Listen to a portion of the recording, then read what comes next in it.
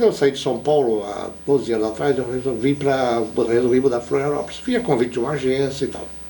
Essa agência, que é uma das maiores daqui, me convidou para ter uma conversa inicial e eu vim para um feriado aqui, peguei um feriado para conversar. E estavam presentes nessa agência o dono e mais duas pessoas. Ele apresentou duas pessoas, um era um cara do planejamento e o outro um cara da criação. Conversamos, contei minha história, qual é o interesse de sair de São Paulo, aquele papo todo. Ele falou, bom, Wander, nós temos o maior interesse em você, só que nós temos um problema. Eu falei, qual é o problema? Ele falou, nós estamos investindo num cara jovem já há algum tempo e ele tem um cargo de diretor de criação. Eu falei, vocês estão perguntando se eu posso ser redator? Eu falei, eu sou redator, eu não tenho, o cargo, meu cargo é redator, não é diretor de criação. Diretor de criação é a posição que você ocupa de acordo com as circunstâncias e não tenho problema nenhum em ser redator. O terceiro cara que estava ali era o Rogério Alves. Começamos a trabalhar junto, alguns meses depois, 4 ou 5 meses depois, o Rogério me chama e fala assim, Wander, é o seguinte, não dá, cara, não dá mais para.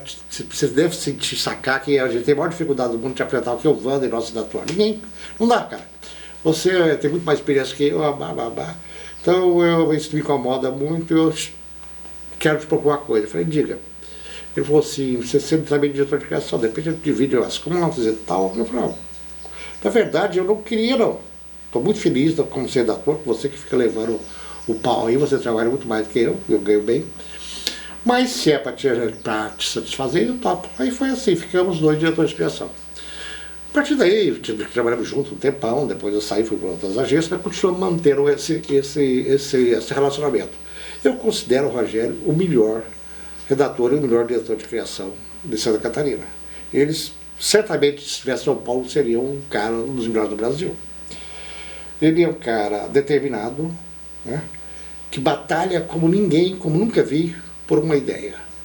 Ele trabalha, ele vira à noite, ele faz o diabo, mas ele não sossega enquanto não tiver uma coisa muito bem resolvida. Eu pedi para ele fazer um depoimento, escolhi o Rogério, porque, por tudo que eu te falei para vocês, e ele selecionou 3 trabalhos para apresentar a vocês. Com vocês, Rogério Alves, da Propag, Santa Catarina.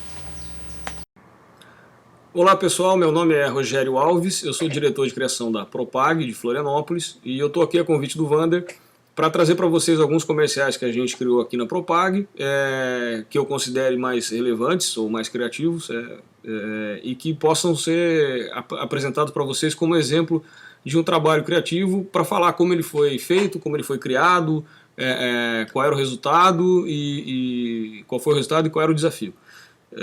Então, o primeiro que eu vou mostrar para vocês é um comercial da Hering Store, que nós criamos em 2001 ou 2002, eu não me lembro exatamente a data, para divulgar a nova coleção de inverno da Hering Store.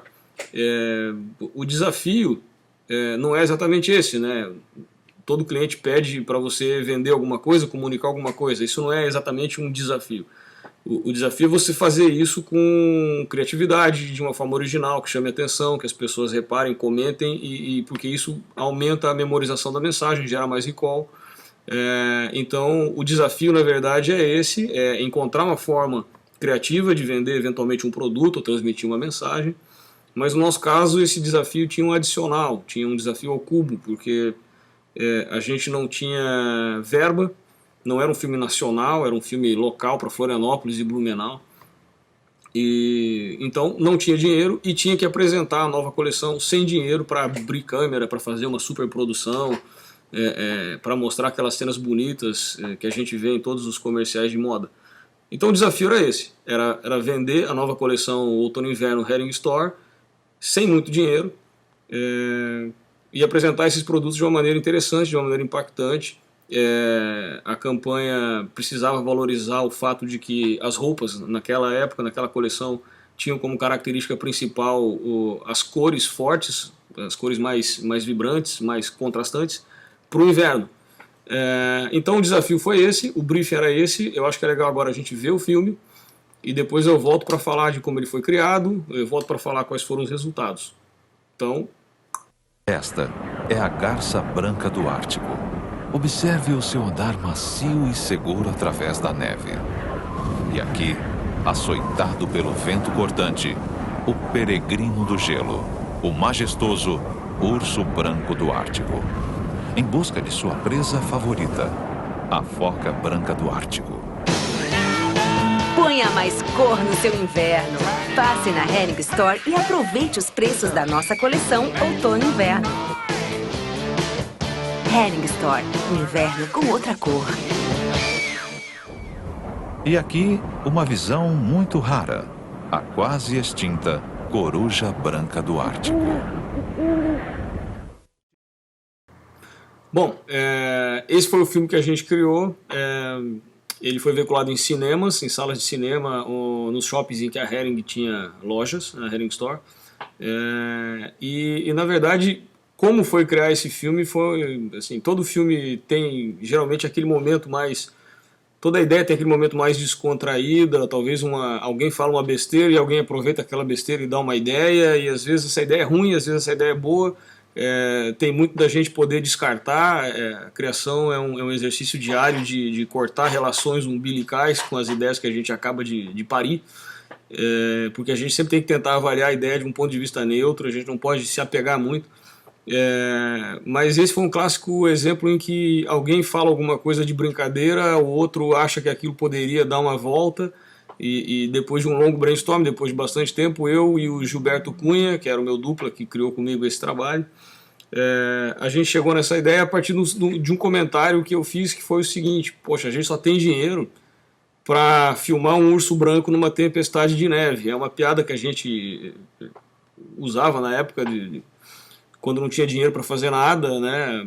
Tinha um comentário, alguém tinha visto uma piada sobre alguém que precisava montar um quebra-cabeças de 3.000 peças, que era um urso polar numa tempestade de neve. A gente achava uma piada engraçada, porque na verdade, imagina montar um quebra-cabeças de 3.000 peças em que tudo é branco, em que você não vê nada. E aí eu falei meio que na brincadeira: pô, nós não temos dinheiro para mostrar roupas coloridas, a gente tem dinheiro no máximo para mostrar um urso polar numa tempestade de neve. Ou seja, era abrir a câmera numa parede branca e dizer que ali tinha um urso polar numa tempestade de neve. Foi um comentário durante o brainstorm. E aí a gente começou a brincar, né? Imagina que a gente fizesse um filme como se fosse um documentário da Discovery Channel, mostrando todos os animais brancos que existem na neve durante uma nevasca, em que a gente não consegue ver nada, mas eles estão ali. Foi muito mais uma piada em relação a não ter dinheiro para abrir câmera, que acabou nos dando um insight para criar esse filme. E aí a gente começou a buscar exemplos da fauna polar, como o urso, a garça branca do Ártico, e depois a gente ainda fez a piada da visão muito rara, que era a coruja branca do Ártico, e evidentemente não dava para enxergar nada naquele filme, e ele nos ajudou a sustentar o argumento de foco principal no produto, né? Ponha mais cor no seu inverno, passe na Hering Store e aproveite a coleção Outono e Inverno. Então a gente usou o branco da brincadeira da piada como plataforma para construir o argumento do diferencial do produto, que era o fato deles serem coloridos. Eu não me lembro exatamente dos resultados de vendas, não me lembro do resultado de busca pelos produtos. Na verdade, esse tipo de resultado de vendas ou de aumento de procura, ele nunca é uma peça isolada que provoca isso. Geralmente tem toda uma ação estratégica de marketing e de comunicação. O ponto de venda, no caso de moda, ele precisa ajudar muito, senão a pessoa nem entra na loja. Tem uma série de outras coisas aí, preço e tudo mais, que faz um produto ser ou não ser vendido. Até mesmo o próprio desenho da coleção pode ou não agradar. Eu não estou dizendo que esse filme não tenha ajudado com a sua cota de memorização, né? Até porque as pessoas estavam no cinema, viram esse comercial, chamou a atenção. Daqui a pouco alguém pode ter passado numa Hering Store e comprado alguma coisa. A gente não tem como saber, não é feita uma pesquisa no ponto de venda para saber se a pessoa está comprando ou entrou na loja em função dessa ou daquela outra mídia. Mas, do ponto de vista de criação, foi um filme que trouxe bastante resultado para a Propag. Ele foi finalista na região sul no Profissionais do Ano. Esse filme foi premiado na época no Anuário do Clube de Criação, ou no Prêmio Catarinense, o Prêmio Catarina, não lembro qual era o prêmio na época. E ele, durante muito tempo, ele continuou sendo um filme apresentado no portfólio da Propag, mesmo depois que a coleção Outono e Inverno deixou de usar cores e passou a usar tons de cinza e tudo mais. Ou seja, a gente usou esse filme até o ponto em que as roupas que apareciam ali ficaram realmente muito datadas, porque uma ideia boa ela só envelhece nesse aspecto, né? Quando você está usando uma roupa muito característica de uma época, um cabelo, uma produção de moda, que torna o filme antigo. Mas a ideia ela é atual, ela poderia ser usada até hoje, 12 anos depois, se a gente substituísse os modelos e o figurino, desde que, claro, o elemento cor fosse relevante para essa coleção. Então foi um filme que, esse é o primeiro filme, ele trouxe bastante satisfação para a Propag, eu lembro que trouxe bastante satisfação para o cliente, e eu tenho muita satisfação em ter esse filme no meu portfólio.